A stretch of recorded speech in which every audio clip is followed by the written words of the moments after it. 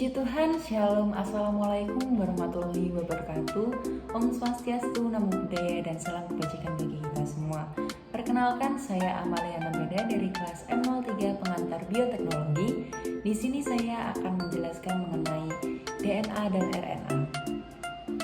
Yang pertama, apa sih yang dimaksud dengan DNA? DNA atau yang sering disebut dengan asam deoksiribonukleat merupakan bahan kimia organik yang mengandung informasi genetik dan instruksi untuk sintesis protein, di mana dapat ditemukan di sebagian besar sel dari setiap organisme. DNA juga merupakan bagian penting dari reproduksi, di mana keturunan genetik terjadi melalui pewarisan DNA dari orang tua atau orang tua kepada keturunannya. Molekul DNA sendiri terdiri dari dua untai yang mengelilingi satu sama lain untuk membentuk suatu yang dikenal sebagai heliks ganda. Selanjutnya, apa yang dimaksud dengan heliks ganda?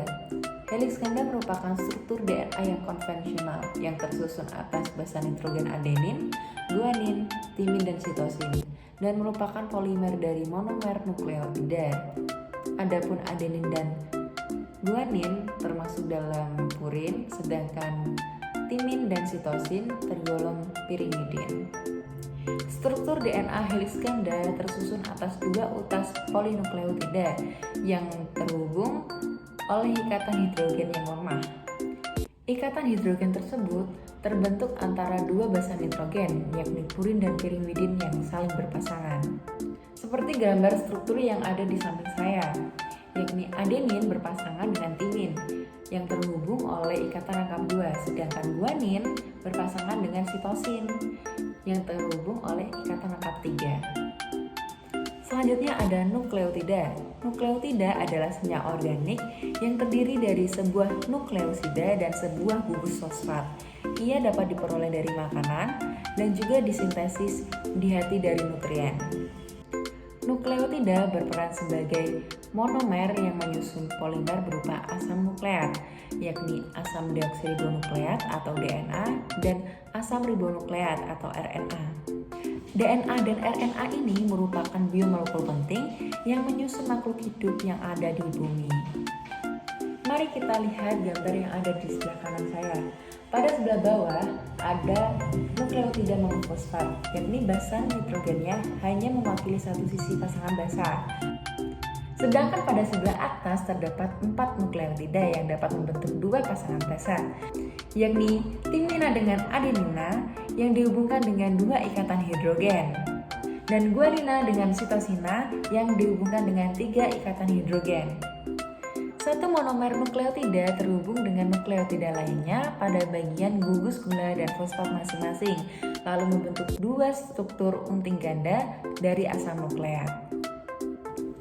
Selanjutnya, unsur-unsur struktural pada nukleotida, yakni ketika 1, 2, atau 3 gugus fosfat berikatan dengan nukleosida bisa warna kuning, biru, dan hijau di bagian tengah. Suatu nukleotida dinamakan nukleosida monofosfat jika memiliki satu gugus fosfat atau merah. Penambahan gugus fosfat yang kedua membentuk nukleosida difosfat. Penambahan gugus fosfat yang ketiga membentuk nukleosida trifosfat. Basa nukleosida dilabel sebagai base dan glycosidic bond atau ikatan glycosidik. 5 basa nukleosida, yakni kelompok purina dan pirimida, dicantumkan di bagian kanan yang berwarna biru. Nukleosida tersusun dari 3 subunit, yaitu sebuah gugus basa nitrogen heterosiklik, yaitu sering disebut basa nukleotida atau nukleobasa, sebuah gula pentosa, yakni yang berupa ribosa atau deoksiribosa, dan setidaknya satu gugus fosfat. Selanjutnya ada nukleosida. Apa yang dimaksud dengan nukleosida? Nukleosida merupakan kerangka dasar bagi terbentuknya AMP, ADP, dan ATP. Proses pembentukan ketiga senyawa pembawa energi kimia ini biasanya terjadi di mitokondria sebagai bagian dari reaksi katabolisme atau respirasi. Nukleosida terdiri dari basa nitrogen yang terikat secara kovalen dengan gula yang berupa ribosa atau deoksiribosa, tetapi tanpa gugus fosfat. Sedangkan nukleotida terdiri dari basa nitrogen, gula, dan 1-3 gugus fosfat. Jadi terdapat sedikit perbedaan antara nukleosida dengan nukleotida. Jika pada nukleosida terdapat basa dan gula, maka pada nukleotida terdapat basa, gula, dan fosfat. Nukleosida merupakan sebutan untuk bagian dari nukleotida tanpa gus fosfat. Dengan demikian, nukleosida tersusun dari gula ribose atau deoksiribosa dan basa nitrogen. Selanjutnya, untai DNA tersusun dari rangkaian nukleotida yang terhubung melalui ikatan fosfodiester yang terbentuk di antara gula pentosa dan gugus fosfat. Ada tulang punggung gula fosfat dengan ikatan 3-5 fosfodiester. 3-5 sendiri merupakan tempat untuk fosfat menempel, dapat dilihat dari arah ujung 3 dan ujung 5. Untai ganda DNA memiliki orientasi antiparalel, yaitu terdiri dari untai ujung 5 ke ujung 3 dan untai ujung 3 ke ujung 5 yang berpasangan. Dalam molekul DNA atau RNA digabungkan bersama ke dalam polimer dalam ikatan kovalen gugus fosfat antara 5 hidroksil dari 1 ribosa dan 3 hidroksil berikutnya. Ikatan fosfodiester diberi nama itu karena fosfat secara kimia dan dalam bentuk diester. Oleh karena itu, suatu asam nukleat memiliki arah. Selanjutnya ada basa nitrogen penyusun DNA dan pasangan basa. Untai ganda DNA terhubung melalui ikatan hidrogen yang terbentuk di antara pasangan basa nitrogen. Ikatan hidrogen tersebut terbentuk antara dua basa nitrogen, yakni purin dan pirimidin yang saling berpasangan. Adenin berpasangan dengan timin yang terhubung dengan ikatan rangkap 2. Sementara guanin berpasangan dengan sitosin yang terhubung dengan ikatan rangkap 3. Terdapat 4 macam DNA, yakni aDNA, bDNA, zDNA, dan cDNA. aDNA mempunyai 11 basa perputaran dan lebih aktif dalam sel dibanding bDNA. Sedangkan bDNA mempunyai 1 basa perputaran, digunakan dalam replikasi RNA. zDNA mempunyai 12 perputaran dan digunakan dalam penerjemahan RNA. Yang terakhir ada cDNA, biasa dikenal dengan klon, dan merupakan bagian yang digunakan untuk pengujian obat dan identifikasi penyakit. aDNA dapat dengan mudah terbentuk dalam rentang purin tertentu, misalnya GAGGGA.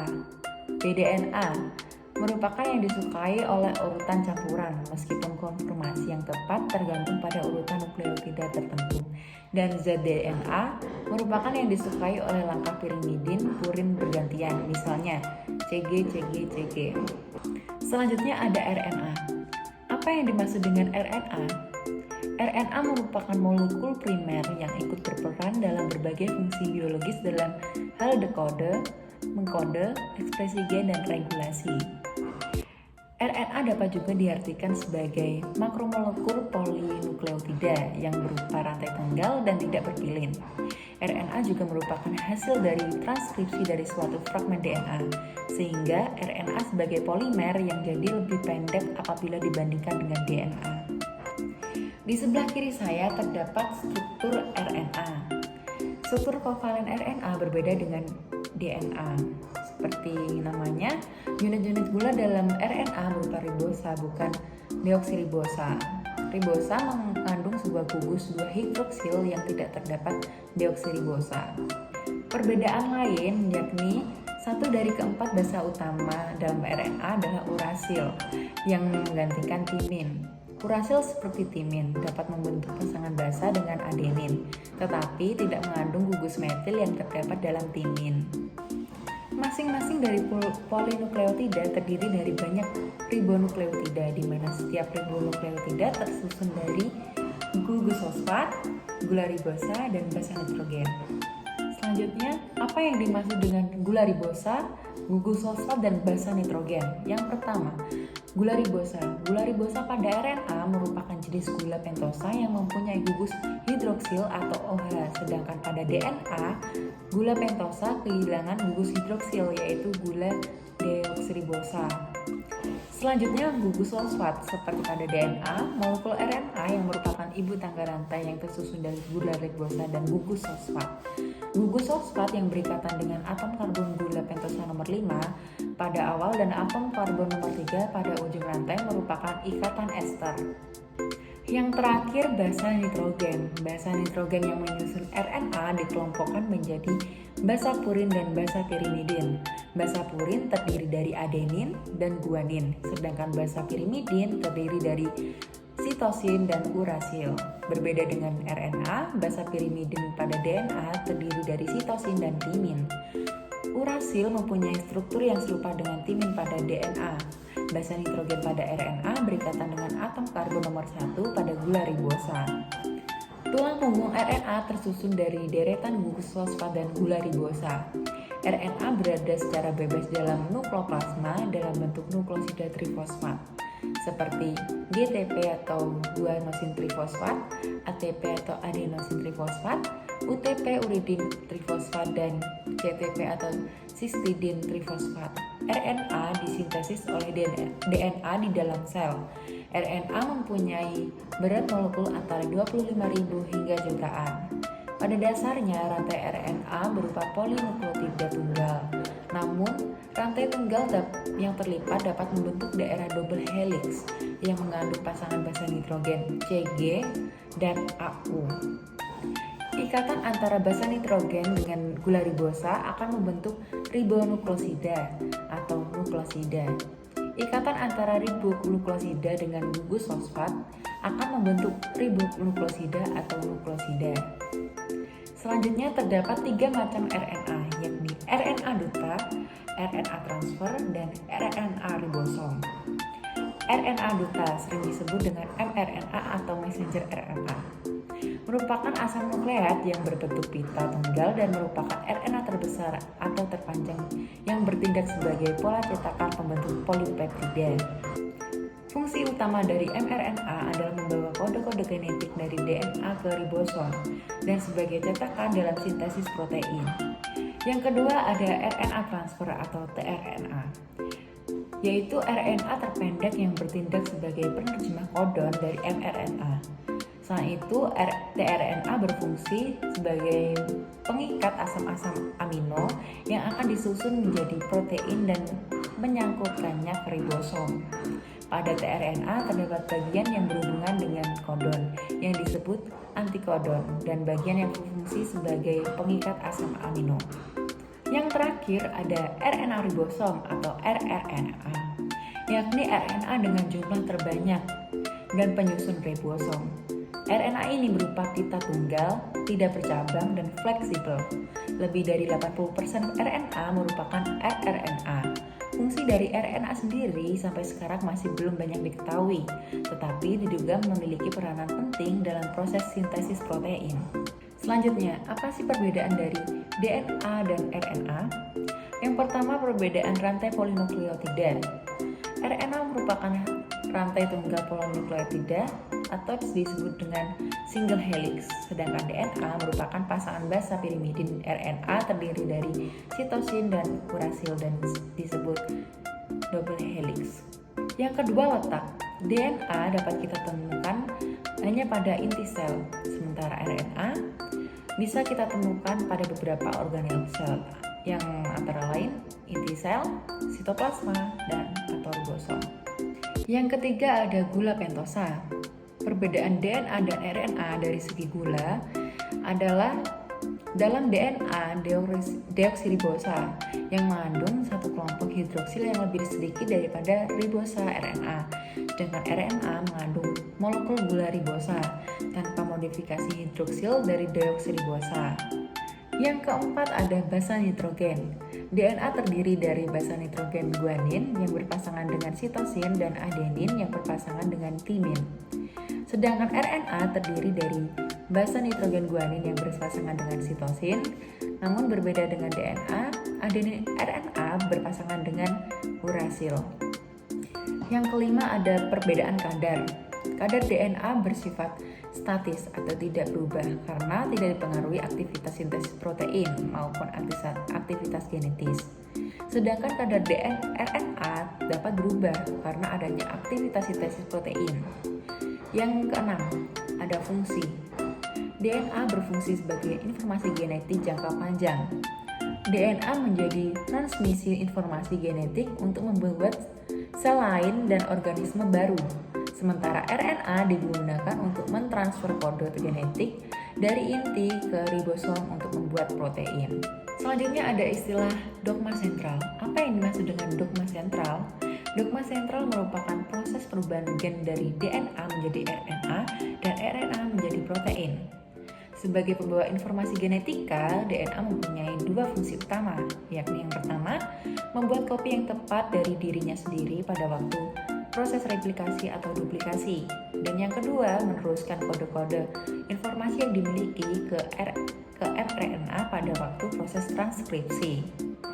Selanjutnya, replikasi DNA. Seperti yang saya jelaskan tadi, replikasi DNA adalah proses pengkopian rangkaian molekul bahan genetik DNA atau RNA sehingga dihasilkan molekul anakan yang sangat identik.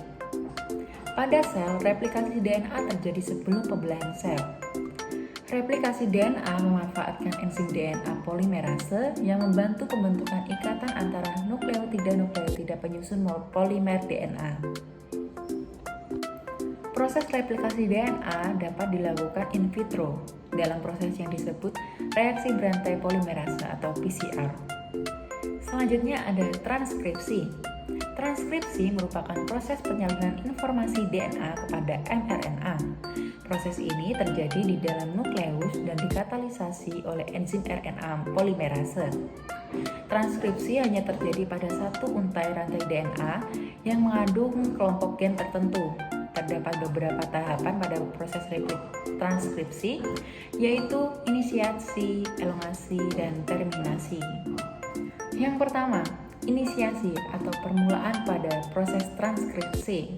Di tahap ini, RNA polimerase akan memecah untaian DNA.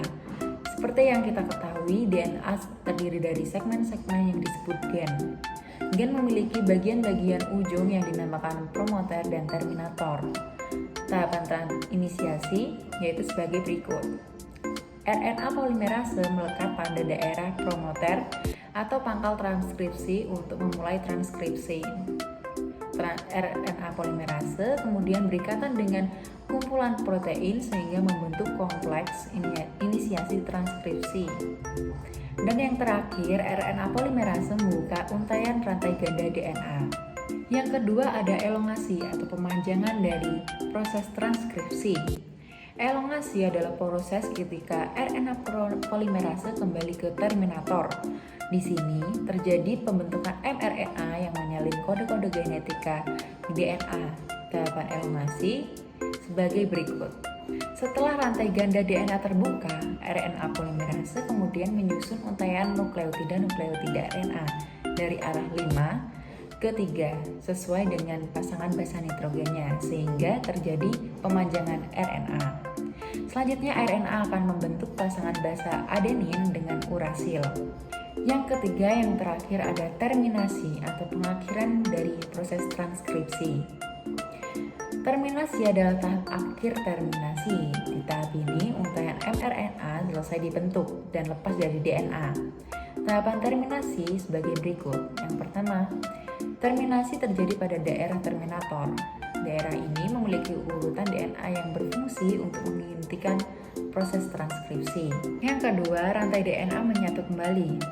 Kemudian RNA polimerase dan mRNA yang telah terbentuk akan terlepas dari DNA.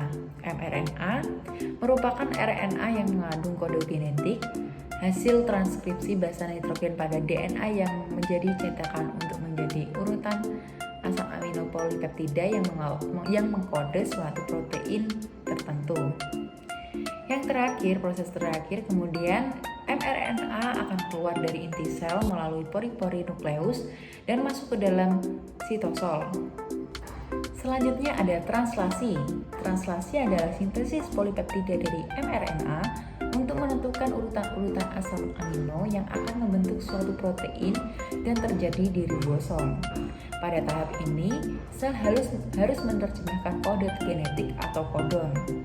Kodon adalah 3 nukleotida pada urutan mRNA yang dapat diterjemahkan menjadi urutan asam amino. Urutan asam amino akan mengkode suatu protein spesifik. Dalam proses translasi ini, terdapat tahapan-tahapan seperti proses transkripsi, yaitu inisiasi, elongasi, dan terminasi.